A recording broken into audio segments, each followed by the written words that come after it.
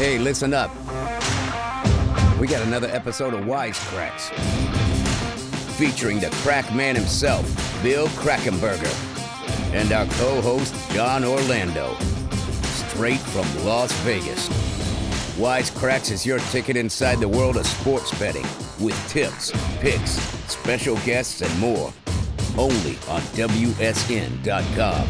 Hello, everybody. Welcome to Wise Kracks Season 2, the show that is all about giving you an inside look at sports betting from one of the most experienced bettors in the world, Mr. Bill Krackomberger. I am your new co-host for Season 2, Jon Orlando. I am a self-admitted action junkie, and I also suffer from severe parlay addiction, and we will get into that a little later in the show. Bill Krackomberger, it's good to see you, my man. Good to see you, Jon. Welcome aboard this year. We're happy to have you. Look forward to, you're an experienced sports bettor yourself. So you love action. You're an action junkie, like you said. So the parlay thing, I kind of didn't know about till you said it. We'll have to deal with that and talk about that a little later. Yeah, I definitely am going to need your help. There's a lot to talk about on this show today, Bill. We've got an incredible show. We're coming out swinging on Season 2 here. We've got a fantastic guest, an NFL legend, an NFL Hall of Fame quarterback that I think you're a fan of as well. Well, listen, I have to tell you, Warren Moon, by the way, that's our guest. If we didn't say it, I just spoiled it. Warren Moon is, like you said, legendary quarterback. All the years he was up in Canada, came back to the States, of course, and played in the NFL. Oh, man. And not only did he play in the NFL, like I said, like you said, he went right in the Hall of Fame when that was announced. I mean, the guy is just incredible. Never had any big controversies around him when he was playing, and he was just a great quarterback, gritty, tough guy. Look forward to speaking to him. Yeah, definitely. So we will be hearing from Warren a little later in the show. We're going to talk about current events. A lot's been going on in sports. Last weekend was kind of a crazy weekend in football. Obviously, the NBA championship. We've got baseballs in full swing with the playoffs. So there's a lot of ground we're going to cover today on the show. And we're also going to talk about this week's upcoming games and get your take on some of that, Krack. And we're also going to take some questions from Twitter. From the fans on Twitter. So let's just jump right into this, Krack. I want to start with the NBA. The Lakers and LeBron James, they brought it home last week. Yeah, it's like one for Kobe. I understand that people were really rooting for him, but we're sports bettors, and I have to admit it. I'm always rooting for underdogs in general. Miami gave them a little bit of scare there, where they thought they were going to roll over them, right in the beginning. And Miami, like I said, Miami was in a lot of these games, point spread wise too, and they actually covered a few games. So this is it was actually surprising to people. They thought they were going to roll right over them after the first couple games. Like I said, it's good for LA, good for. I'm sure you're probably a Laker fan. Am I right, Jon?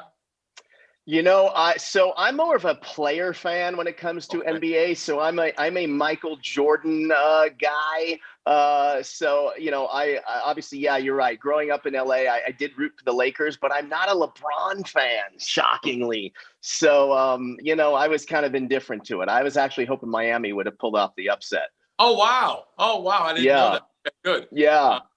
Well, I mean, they almost got there. It was, listen, I don't bet a lot of NBA sides. It's the second hardest thing to beat behind NFL sides. What I mean by sides is betting the side of the game compared to the total or props or anything else. I don't bet a lot of NBA because, it comes down to the last couple minutes. It's really tough for me to ever watch an NBA game. I didn't watch any of these games. It doesn't interest me like other sports do. I really don't bet. I really don't watch a lot of the games. I bet them and just go on with it. I do bet NBA totals, and pre-COVID destroyed NBA totals. So after it came back, I struggled a little bit on NBA totals. So that happened. So actually glad we're going to get a regular season and next season, get this over with, and go on with that. So all right. Well, hey. Good info you gave me there. I thought you were a diehard LA fan. No. It's funny, though, that you just said you didn't watch the game. I'm wondering if you watched last night's Dodger game. Dodgers and the Braves had a wild one. The Dodgers were losing 7-0 in the 7th inning, and final score of the game was 8-7. Tell me you saw that, Krack Man. I seen some. I love it. By the way, baseball. I love baseball. I love boxing. Old school sports for me. Growing up where I did, we used to go to Yankee games, Met games, jump on the subway and pop in the game. That's what I love. So I do watch baseball, and I love baseball playoffs. So yes, I caught the last 4 innings of that game. Great game. Both ways here. You got Atlanta up 2-0. And it's funny, John, last night you text me about the line now. What will it be? I haven't looked yet, but it might not be a bad bet. I mean, you're going to take a plus money to bet the Dodgers now. Here out in Vegas, it seems like people are Dodger fans, and let's just face it, that's more of the square side. People wanted the Dodgers to win it all. And it's like I said, it's more the square side, so you're probably not going to get the price you should get. But then again, I'll have to check. I'll have to check around and do some shopping. We'll see what happens. I'm definitely wanting to. I'm jonesing to bet on the Dodgers to make this a crazy comeback. I think they could do it. I know the Braves are tough. They score a lot of runs, but the Dodgers got some firepower. And I think even though they lost last night, I'm hoping the momentum from just at least making it a competitive game is going to make a difference. I'd love to see a Dodgers-Tampa World Series. I would. Tampa's up 3-0 in their series, and looks like they're going to win that. So that should be it. And listen, Tampa's probably the if you look at it, Tampa's probably the best team in baseball. Obviously, if the Dodgers don't get in, but the Dodgers would be favorite in the World Series, a small favorite. But Tampa, it was a -170, -180 favorite this series. Tampa beat the Yanks. They're a great team. So they're strong. They've got it all. They've got the pitching. They've got hitting. I mean, they're a solid team. Yep. Yeah. One of our previous guests, Dickey, he loves Tampa. He lives down in Tampa, and he's going crazy on Twitter every night. I wanted to give him a little shout out there because he was a friend of the show, a friend of ours. So hopefully we get him back on for basketball season. I love it. Let me ask you this. Yep. Let me ask you this, Krack. NFL is going wild this year. It's already just a few games in, and the totals, there's a lot of points being scored, man. What is going on? Man, it's unbelievable. We're hitting 60%. And I say we, meaning not me personally. But then again, I'm winning NFL, crushing NFL this year, crushing the props, crushing the totals. It's really a good year for me in the NFL, which I'm always tough. I'm always tough on the NFL. Because the sides are so hard to beat and stuff. This year is a little bit of a different animal, probably because of the situation at hand, the way that we played here, the way that these guys played without the spring training, and I think that's the number one thing, because the number one thing you learn in spring training is practice. When you're practicing is tackling. So the tackling hasn't been that good this year, and not being in meeting rooms and taking the time to talk it out with your guys, work on things that can really hurt you. And these preseason and the camps, they're times to get your fundamentally speaking about Wise, time to get these things gelled as a team. And I don't think it's happened this year. And we could just look at, like I said, the tackling has been so bad this season. It leads to bigger plays, which leads to more points. Also, the road teams this year, they don't have to really worry about the crowd noise as much. So it's easier for the road quarterbacks to change plays and at the line. And the road teams are scoring really high, especially these primetime games. I mean, they're scoring 50, 60 points in these prime. They can't make the line high enough on these primetime games. Going back to the road teams in general, not having fans and the amount of fans. Some places do have 25% fans, but most of the stadiums don't. You look at a guy like Herbert, who had 4 touchdowns the other night. A normal game situation, especially in a dome, I don't think this guy's going to have that much success scoring 4 touchdowns in a dome. So very unique situation this year. Public and the sharp guys them together, believe it or not, both sets here, public, squares, and the sharps all getting the money here in the NFL this season. We've had weeks where literally all of the first set of games, the early games, the 10 o'clock games, our time, have all went over. And then the late games, a couple games went over. And, like I said, they're hitting over 60% this year. I don't see that continuing, by the way. The bookmakers are not going to continue to take a kick in the gut on all these games. And I'm seeing that on the originating lines now. When the lines come up, I'm noticing them being a little bit too high. So I think that's going to return to the mean a little bit. And the unders may be the way to go. Maybe not this week, but coming up week after week, they're going to add points to these games. If a game should be 54, they're making it like 57 or 58, like they did on Seattle the other night. So these games aren't going to. They're going to add points to all these games, is what I'm trying to say, because they continue to get kicked in the head, and the public still's betting over on all these games. So let's see what happens. Interesting. Now, speaking of getting kicked in the head, Krack. Oh boy, yeah. I thought I played. I know you keep telling me not to bet the parlays, and I just can't help it because it's too enticing for me. I thought I did the right thing last week. I had Chiefs money line and a parlay. What am I doing wrong, Krack? Did you see the Raiders pulling that off? Yes. I watched that game. Well, you are Joe Public there because everyone had like Chiefs, and they'll put that in a parlay. And what was the line? Minus like 4 to 1 or something? I don't know what the line was. I think I got it at minus. Probably around there. Minus 380 is what I had it at. Yeah. So yeah. A lot of people had them. As a matter of fact, you're speaking of the Chiefs. A couple weeks back, when the Chiefs played the Chargers were beating them the whole game. Chiefs came back with a field goal. I think it was even overtime, 13-10, whatever it was. It was an overtime game. They won by 3 in overtime. And if the Chiefs were to cover that game, it was minus around 8.5. They won by 3, but they did cover all the money line parlay guys like yourself. They covered all the teaser guys who teased it down through the key numbers of 7 and 3, underneath 3, which landed on 3. But if that game would have landed on 10, let's say, the Chiefs would have covered, that would have probably went down as the worst Sunday in NFL history here for this town, for these sports books, because all the favorites won that week. It was like every favorite that week covered money lines, and if they were to cover the actual game, which everyone bet them was the later games, people love putting extra money on the later games.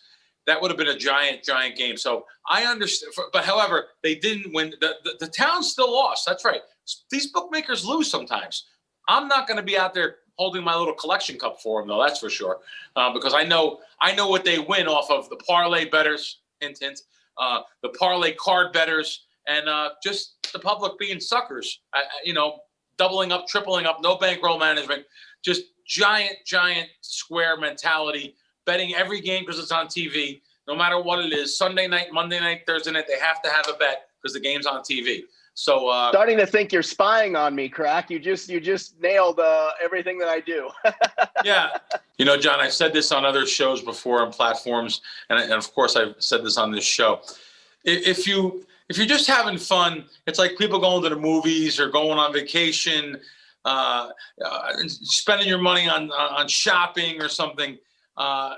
And you choose to spend your money on betting parlays and stuff. I guess it's for the fun aspect. You can have fun with it, but I don't have fun with it. I'm here to make money. I'm here to pay my bills. So that's up to you. Fair enough. I'm going to try to curb my parlay addiction. It just I always think that I'm trying to make money too. So I see I'm betting 50 and I'm winning $8,000, but it's not happening. That's what the casinos are built on. You gave the perfect example. It's those $50 bettors trying to win, thousands of dollars. Those in volume equal so much money for the sports books. And, listen, I'm an advantage gambler. I guess I should, root for you guys to bet your parlays because it lets me take a little bit out of that bookmaker money. When they I still want them to win for the week, and I want to win for the week. So if it wasn't for parlay bettors and parlay cards and people chasing their losses and stuff, I wouldn't be able to make a living doing what I do. Well, listen, I know you know everybody in Vegas. I mean, given the fact that I have this parlay addiction, can you at least use your connections and let's get a tower named after me, like the Orlando Tower or something? Can we do something like that? You probably deserve your own wing on a building. I agree. Too funny. Krack, I want to take a minute and tell everybody to check out WSN.com for tons of free NFL betting content. And speaking of free NFL betting, we've also got a free to play NFL Pick'em contest. You can enter every week for a chance to win Amazon gift cards worth up to $200. Just head over to WSN.com. Check out the Pick'em contest link at the bottom of the homepage to enter. What are your thoughts on that, Krack? Yeah, I mean, listen, it's a free roll. I love these freebies. I'm a bonus guy. I love getting little perks like that. As a matter of fact, over at WSN, again, this morning I was checking it out. They have so many informative articles. Not only that, it's not only the articles. I love that I was telling the producers of the show earlier, I absolutely love that I can just have one click and find out each jurisdiction, each state, the bonuses that they have. I was looking on New Jersey alone this morning. I clicked on that and it just opens up to about 10 different sports books. PointsBet, $1,000 in free bets. Wherever it may be, you get all these free bets and free bonuses at one click. Now, it's not only Jersey, you can click on Colorado, Illinois, Indiana, wherever there's sports betting available, it just shows you what's going on. So, and it shows you what bonuses you get. Like I said, between that and the informative articles, I don't know why anyone wouldn't go to WSN. Agreed. And let me tell you something else. I don't know why anyone wouldn't do the following. They need to download your app, Krack. You're too modest. I know you won't bring it up, so I'm going to do it for you. The Krack Wins app, to me, should be the Bible. If you are a sports bettor, this is the Bible as far as I'm concerned. It's on Apple and Google Play. It gives everybody full access inside the world of Krack Man. It's got your weekly picks. It's got obviously a lot of strategy and tips, and there's some great content. You're updating it all the time. I just got acquainted with it over the last couple weeks, and hats off to you, Krack. That's an incredible app you've got there. Well, thanks. It was a lot of time in the making too. I'm really happy to have my own app, and I'll tell you, you can go there for so many different free things. Just the articles, the informative articles on bankroll management, on strategies. Then I have a section of Vegas. What's going on? Places to go out to eat, things to do while you're in Las Vegas. Of course, there is a pick section where we've been going now like a year and a half, and a year and a half up over 150 units, actually more, given out to my clients and customers. So I'm really proud of that. Listen, there's no other service that I could think of that you're going to have, let's call it what it is, syndicate plays. When I send out something, you're definitely going to have the close. You're going to beat the closing line. So if you're going to go, over 188 on a basketball game, you can guarantee it closes 189, 190. And the same thing for the college and the pro football, the stuff that we're giving out, the totals especially. Props, we're destroying props. I mean, the run on props I've had, I think my guy told me last night we were like 24-5 on the season. We were just killing props. So, check us out over there. I appreciate the plug, and I'm not a big self promoter though. So there we go. That'll be the only time I do that. I love it. We're going to do it for you though. I'm going to become your poster boy for the Krack Wins app because I'm going to start. I've never done this before. I'm going to start logging all of my what used to be losses that now I'm going to turn into the win column from your app, and I'm going to start charting it, and we'll track my progress. Okay? Yeah, I might be able to give you like the 5% friends and family plan. We'll give you a little discount. I'll take it. All right, Krack, we got to move on. We teased this at the top of the show, and it's we sat down earlier with an NFL legend, and let's show the people what our buddy Warren Moon had to say.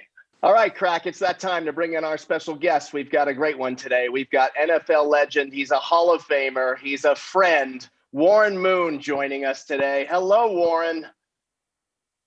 Jon, how are you, my man? It's been a long time. How you doing? I'm good. I'm good. Thank you so much for joining us. And I wanted to introduce you to our host of the show, Bill Krackomberger. The Krack is a big fan of yours, longtime fan of yours as well. So say hi to Bill. Bill, how you doing, man? Good. Thank you. Thanks for coming on. We're real excited to have you here. And, one of the greatest quarterbacks ever and everyone's top 10 list. It's just such a pleasure. Warren, this has been a big week with the NFL. Obviously, the big story is, unfortunately, Dak Prescott suffered a terrible injury. And I wanted to get your thoughts on that, as well as on the business side of it. We all know he hasn't signed that big contract. And how does all this, affect all of that in your thoughts? Jon, that's the risk you take when you bet on yourself that you're going to have a great year, and you're playing under the franchise tag. But at the end of that, if you have a great year, you're going to be able to make even more money on a longer term deal. And the worst thing that can happen is you have an injury that ends your season, and that's exactly what happened to Dak. But I think from all the preliminary indications is that his ankle is going to heal back completely and that he'll be the same guy. So we'll have to wait and see that. But this definitely puts the ball back more in the Dallas Cowboys' court as far as who has the most leverage, because now you have a quarterback who's coming off of a franchise year, and he's also injured. So you'll have to wait and see how they want to approach this. Do they want to give him as long a term deal as they had offered before? Do they want to do a wait and see? Do they want to maybe put him under one more year of a franchise tag? It's a lot of questions going on right now, and I think his rehabilitation is going to have a lot to do with it. Fantastic. And I was in tears watching that kid being wheeled off on the field. I mean, I hope the best to him, best to his family, best to his future.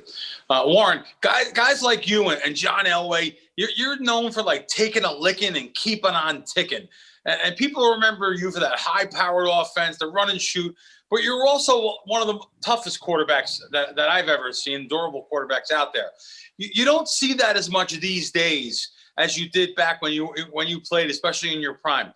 Is that a mindset you had where, listen, if you can walk, you were playing? Walk us through your mindset of what, when it comes to playing hurt. Well, I think a lot of it used to be up to the player, but nowadays the medical teams have kind of taken over whether you go out there and play or not. And I think they're being a lot more cautious these days than they ever were in the past about players playing hurt. So you see players now miss a lot of games. They'll miss 2 or 3 weeks because of a soft tissue injury. And that's something that we never wanted to do back when we played. We wanted to be out there every game we possibly can. But it just seems to be a philosophy difference with the way the game is being played today, that players are being treated more with kid gloves than they used to be back in the day. But you still have some guys that are out there that are those tough guys like Phillip Rivers. I think he has a consecutive game streak going on. Eli Manning had one of the longest ones before he retired this past year. So there's still some guys out there that know how to play and play each and every week. But like you said, there's a lot of guys that are playing with injuries or not playing with injuries that you would think could keep on playing. Cool. Warren, a lot of people have been speculating that, these scores are crazy. This first 5 weeks, we're seeing a lot of high scoring games. Do you think that's because there was no preseason? Is it because there's no crowds and it's easier to hear? What is it? What do you attribute to what's going on this year so far? Yeah, I think it's a combination of all of that, Jon. And I also think that these offenses, the way the game is geared now, the offense has the advantage because the league wants to see teams score more points. So the rules are kind of on the side of the offense. And you see these passing games now where these guys are throwing for 300, 400, 500 yards like it's nothing, just because these receivers who are really big, fast, strong guys have the ability to run through the secondary. Nobody can really touch them. And you can't lay any big hits on them to intimidate them anymore. So it's become more of a player quarterback pass catch league. And They're protecting the quarterback a lot better as well. So I think these offenses are a lot further ahead than the defenses coming out of the fact that there wasn't any off-season programs. But I think as the weather starts to change, as it gets a little bit colder, you're going to start to see the defenses start to catch up a little bit with these offenses, and the scores are going to be more relative to that. Fantastic. That was going to be one of my next questions, talking about the points scored this year is amazing. Like 51.3 on average. It's just so different back then when you were in your prime, when you were playing football in general. The scoring has went up so much this year because of the poor tackling or whatever it may be. So do you think that's going to?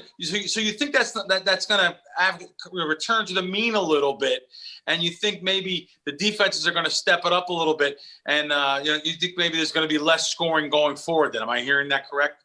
Yeah, I think the combination of like you said, the guys didn't have a lot of off-season program. There wasn't a lot of hitting during that month that they got ready for the season, so the tackling has been really bad. But now these guys are starting to get used to playing in real games. This would be like their first regular season game, really, because of the 4 preseason games not being played this year. So guys are going to start getting better on defense as far as tackling. Again, because of the weather, I think the ball is not going to be in the air as much, or it won't be as successful because now you're going to be playing in inclement weather in some places. So I think things will start to come back to the center just a little bit more for the defenses, and you'll start to see them play a lot better on that side of the ball. Excellent. Warren, what do you think about the Seahawks off to the start they're on? And is Russell Wilson still one of the most underrated quarterbacks? Does he really get his respect that he deserves?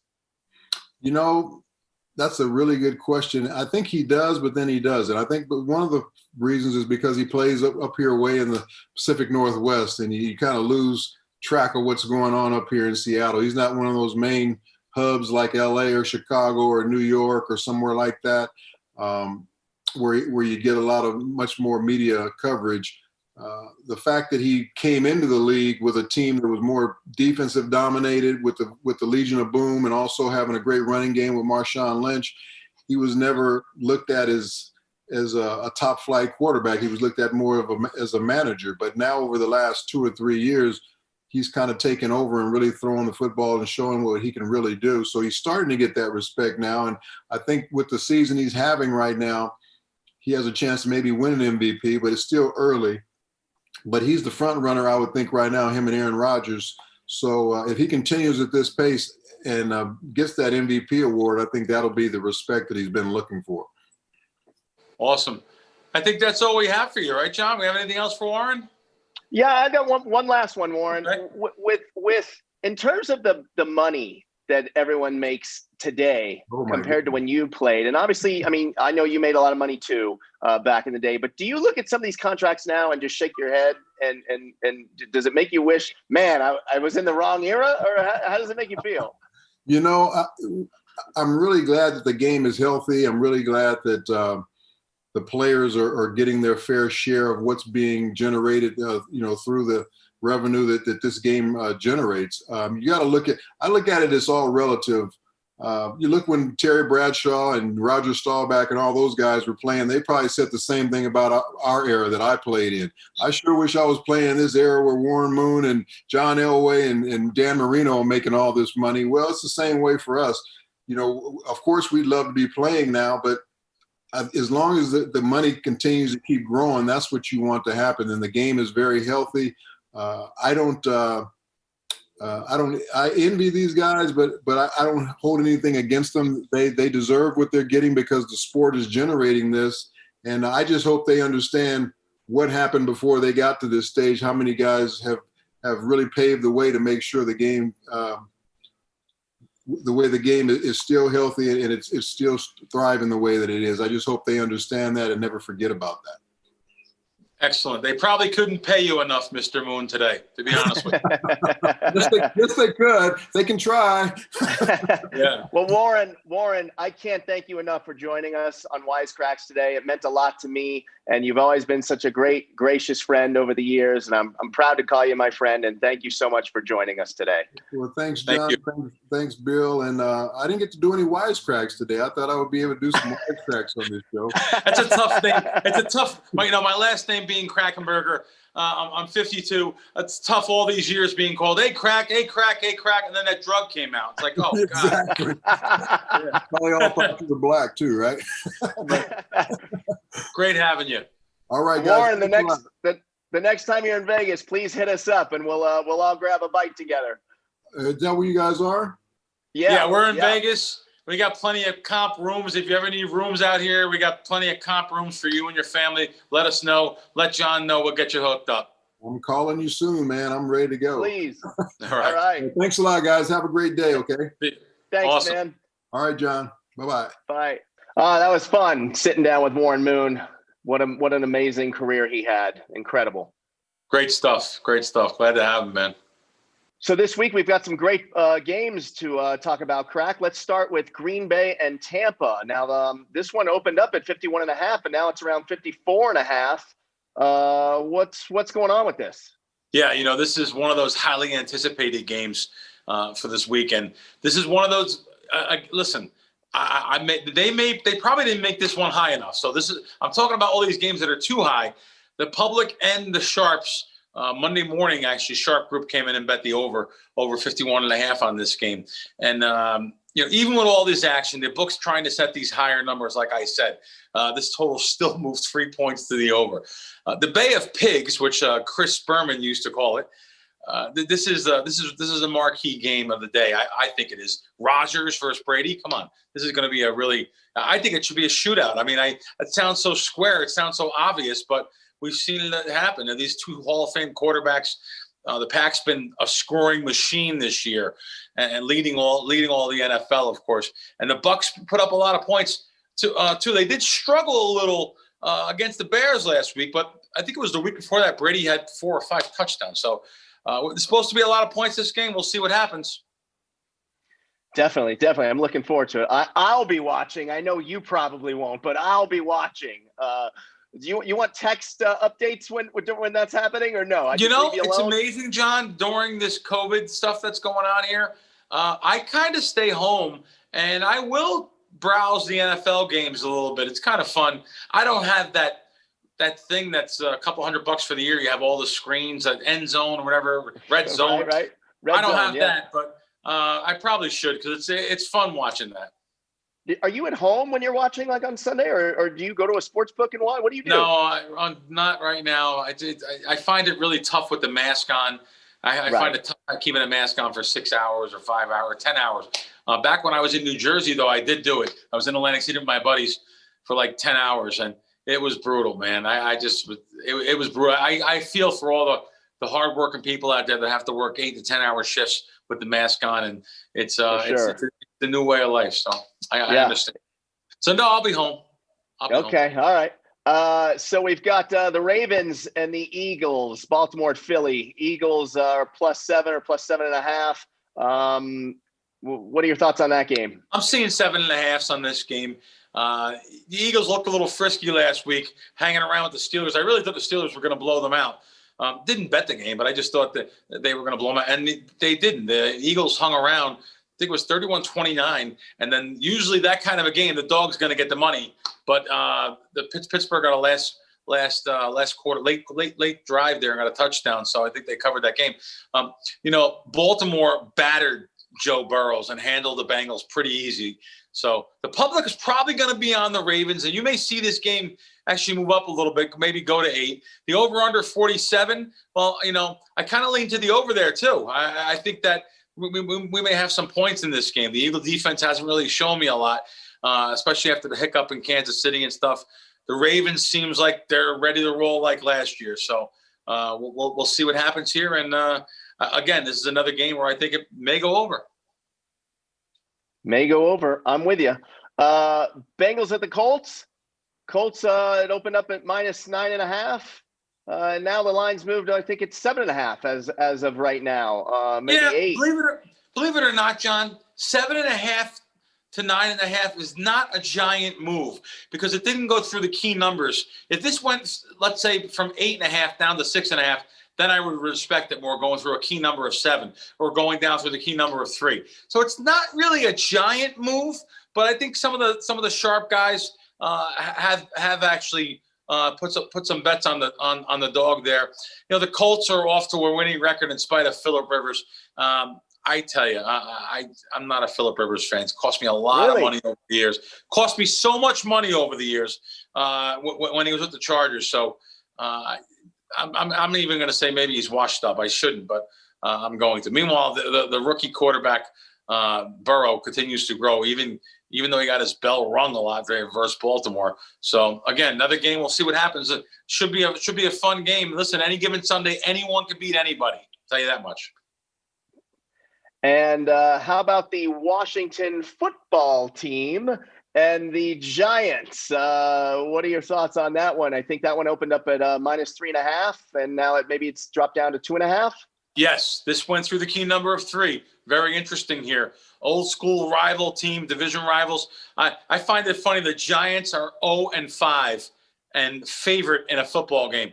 It's the first time in years an 0-5 team is favored. So that should tell you all you want to know about the Washington football team. Washington broke a new quarterback in last week, and he kind of struggled. So the Giants offense, listen, I've seen it actually look good and bad back and forth here. So bad, if they played the Cowboys there, they've got to score some points on a bad defense. So I'll keep an eye on this line as it moves around that key number of 3. But again, I'm not betting any. I really very rarely bet any sides. We didn't talk about something earlier. So something I find interesting with the Dak Prescott industry. Injury. Talking about Dallas, that if you look ahead to the look-ahead lines of their Dallas game this week, Dallas was favored by 3 points before the season started.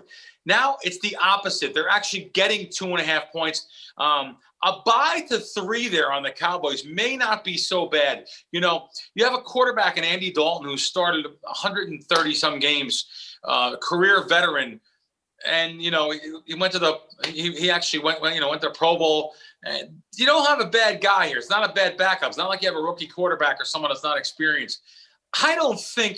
I'm sorry to say, I know the poor kid got injured, and I was very upset to see him go off the field. Anyone that's a fan of football, they were teary-eyed when you seen the poor kid go off get wheeled off in a cart there. But I don't know if he's worth 6 points. They're saying he's worth 6 points as a quarterback here. I think Dallas might be the side there. Interesting. You're speaking my language. I'm all for some Cowboy love. You brought up an interesting point I wanted to touch on. I asked you earlier in the show about, did you see the Raiders and the Chiefs upset happening? When you've got a couple teams now that haven't won a game yet, like Atlanta, obviously the Jets, I'm blank on who I think there's one more. Giants. The Giants, right, we just said. Do you look week in and week out? Is part of a strategy like, let me see, is this the week they can pull it off on a money line play? Do you look for stuff like that? Like try to find, will they win a game, and can I find the game they're going to win and nail the money line? I look at the Giants 2 years ago. They were 14.5-point underdogs in Denver, and they won the game outright. So like I said, that any given Sunday syndrome, that is more relevant in the NFL than any sport, by the way. Sure, I'll tell you what. Bill Krackomberger bets the ugly teams. I'm looking to bet the teams that are 0-5 with an extra half a point or full point.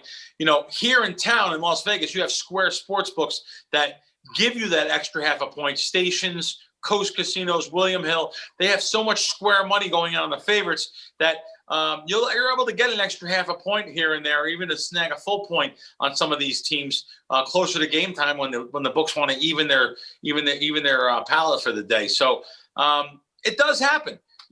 And these teams win outright. So the ugly teams, I'm probably looking at more than the big winning teams. But I'll tell you what, I bet you if you look at Green Bay KC, and maybe even, you could throw another big favorite in there, maybe like New Orleans or something. Over the last couple of years, they're hitting close to 60% with the spread, those big favorites. So you have to pick your spots, is all I'm saying. Got it. All right. Thanks for that. All right. Moving on. Every week, we're going to introduce a new thing where we're going to take some questions from Twitter or any of our social media. You can shout us out on Instagram or Facebook, Twitter, or in the YouTube on the comments section, and we'll answer some questions. You got a question in here. We got one from Lion Man 19. I'm a cat lover, so I already like Lion Man. He had a question for you. He said, let's say I want to have fun betting on sports. I've got a $5,000 bankroll that I want to make last for the entire season. How would you handle bet sizing, Krack? What should he do? It's nice to have $5,000 and call it fun. Yeah. Well, listen, I always preach this, the percentage of bankroll, betting a percentage of bankroll. So with $5,000, you want to bet 50 to 100, but 50 is a little low, maybe $100 on games. If you like something, I'm going to let you go 3%. You can go to 150 on a game. That's how your bankroll will last. And if you're a good enough handicapper that you beat the game, every week that'll grow. So if you get your bankroll to 6,000, well, instead of betting the 3% as 150, now you can bet 180 per game. So that'll grow as your bankroll grows. But if you want to make it last throughout the season, do not let emotion take over. Do not bet more than those 2 to 3% that I recommend. So great question. And it is something that's very hard to do. Most people go to the casino with $1,000 in their pocket. They're betting, 4 games for $250 each. And you're not going to win that way long term. You're going to have a lot of fun screaming and yelling, though, I guess. Let me ask you this on that topic. How do you, or maybe this is not an issue for us or for you, but for I think for most of us, when you do take a beating, it's a natural instinct to want to load up and fire away and get back to even. How do you handle that? If you do have a down week or something, or you miss a couple games, whatever, what do you do? How do you stay disciplined to not just fire away and go crazy? Great question. It takes years for this to happen. I grew up back east, New York, New Jersey. I grew up in my mother, old school Italian, right out of Central Casting, her whole family. So I grew up with these people that were, putting it all on the line, very aggressive every week. And, I really got lucky. I really got lucky that someone took me, shook me, and changed my life. So if you want to do this for fun, yeah, do that like that. But you may get yourself in trouble every week. You want to do this for real? You want to do this to make money? You have to long-term think about what's going to happen. There's another game tomorrow. There's another game next week. You don't have to get out on the Sunday night football game. You don't have to get out on the Monday night football game. It's not the way to bet. It's the reason why these places are in business, because hardly anyone has bankroll management skills.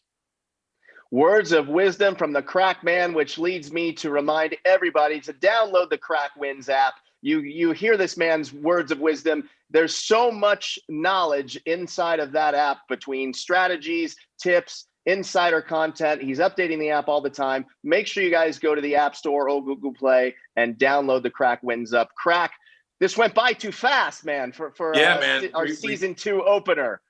No, it was great, man. I hope all the fans come to the app, and I hope the viewers also go to WSN. They're 2 places to sharpen up your game and make a few bucks. Well, listen, on behalf of both of us, I'd like to thank all of the fans for tuning in. Make sure you guys subscribe to WSN on YouTube and join us next week for another sports betting strategy deep dive and another special guest, and obviously more picks and plays. And Krack, I just want to, on our first episode together, I want to thank you for inviting me and being so gracious to having me join the team here. You and the team have been just a pleasure. And we've got a pretty snazzy little promo video that's up on Instagram too. That I'm happy with. Love it. Yeah, I love it, Jon. Thanks for joining us. Thanks for being here, and we'll see all you guys next week.